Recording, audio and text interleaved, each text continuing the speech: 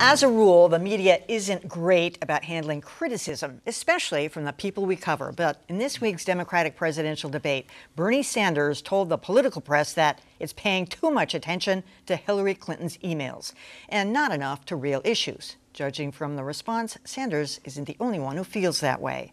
Adam has more. It clearly wasn't the best choice. For months, Hillary Clinton's been dogged by questions about her use of a private email server while Secretary of State. Hillary Clinton's emails. Classified information could become a criminal matter. But then at this week's presidential debate, Bernie Sanders rode to the rescue, defending Clinton and playing media critic. The American people are sick and tired of hearing about your damn emails. Thank you. Me too. Me too. You know? The middle class Anderson. And let me say something about the media as well. Enough of the emails. It was the debate's most tweeted moment. Question is Sanders right that the media has been making too much of this story? Bernie Sanders does not get to declare You had 10 the times email as many debate over. candidates. Fox News would say that, but the Washington Post is skeptical too, noting that more people are dissatisfied with Clinton's explanations now than they were in March. And remember, it's not just conservatives who think Clinton screwed up. This is one of those issues that I think is legitimate. Then again, the story hasn't yielded a smoking gun. So if voters aren't sick of Clinton's emails yet, they may be pretty soon.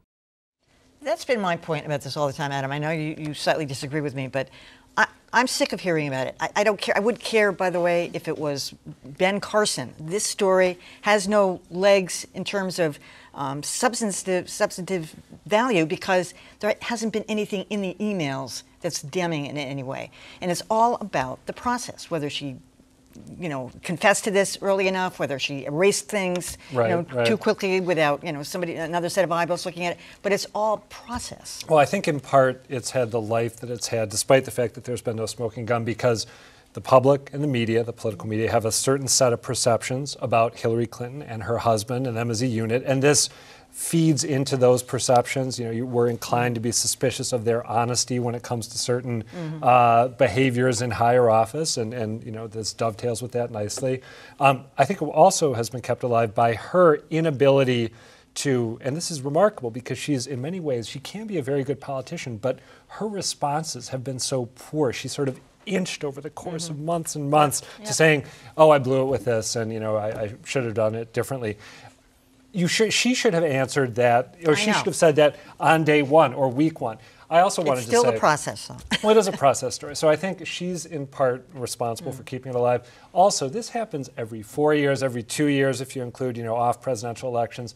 It's a variation on a theme. The media is too obsessed with optics stuff. The media is too obsessed with horse race stuff, with gaffes, with insubstantial issues. We're not focusing enough on the eat your spinach stories. It's always true. We do it every time. We'll do it again in 4 years. Yeah, and I think it's also very telling that because of this story, we're talking about her emails and the email saga, but really we're talking about Bernie Sanders. We're talking about America's grumpy uncle who got up on TV and started waving his hands around wildly and say, enough with your damn emails, in the same way like your uncle who can't figure out how a phone works, That said, I mean, yes, there's issues here at play when you talk about, it's not just that it's email. We all have trouble with our email. It's the fact that it's potentially sensitive email. But I have to agree with Emily here, until there's something that's actually proven that is bad to come out of this, and the fact that you have more and more Republicans who keep seeming to say that, oh yeah, this was completely politically motivated, it's just, the story has to move on. Not seeming. They said it is politically motivated. I mean, I think what's interesting to remember, and once one of the analysts that we paid attention to in preparation for this segment did, that Bernie Sanders has always been against the focus of corporate media. Because in his world, and for a lot of people, the sort of buying up and having one singular vision of all of these entities means that you get the same story over and over again. So he was running on two tracks. One, this is what you get. I've been saying this for years, before I was running for president. And then here is the evidence of it. And my God, when I'm on the trail, nobody's asking me about this. And so I know it's not for real. So let's move on. Let's do something, talk about something that has some substance to the people. That's all. Bernie Sanders is half right, but that means he's half wrong. I mean, it's a legitimate story. it's not worth the months and months of obsessive coverage we've had. Hillary Clinton deserves a lot of criticism for poor judgment in using a private email server for official business. But many elements of the media have made the next step, and I mean, the New York Times even reported and then had to retract that there was a criminal investigation going on aimed at her over this, when in fact that really wasn't the case at all. I heard an argument today that, well, this puts the emails beyond the reach of the Freedom of Information Act, and that's potentially a crime. Well, you know what? I think that virtually every email she received, maybe not all of them, but almost all of them, are essentially copied on the State Department's email servers. So those are reachable through the Freedom of Information Act.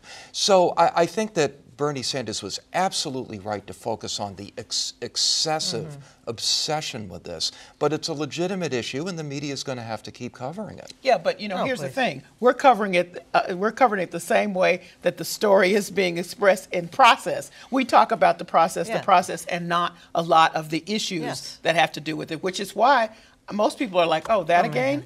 You're boring me to death. How many times most people on a certain side of the political spectrum, right? Right, And there's the people on the other end who can't get enough. I said I wouldn't care what side of the political spectrum you're on.